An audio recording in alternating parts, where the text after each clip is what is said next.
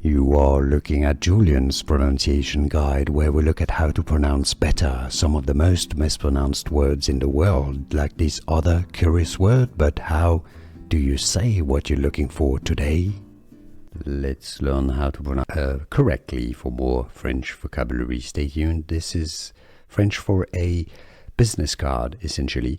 A visit card, as we call it. Carte de Visite is how we say it. It's a visit card because it shows that it's somebody you've visited or you've met, essentially. So that's why we say it's a visit card, because you visited somebody or you've seen somebody, and the card is there to as a proof of it, right? So carte de visite, carte de visite. If you cannot pronounce French perfectly, you can say it as carte de visite. Here are more videos on how to pronounce more confusing words and names too many mispronounced. Like this video if you found it useful. I appreciate your support. I'll see you soon, and thanks for watching.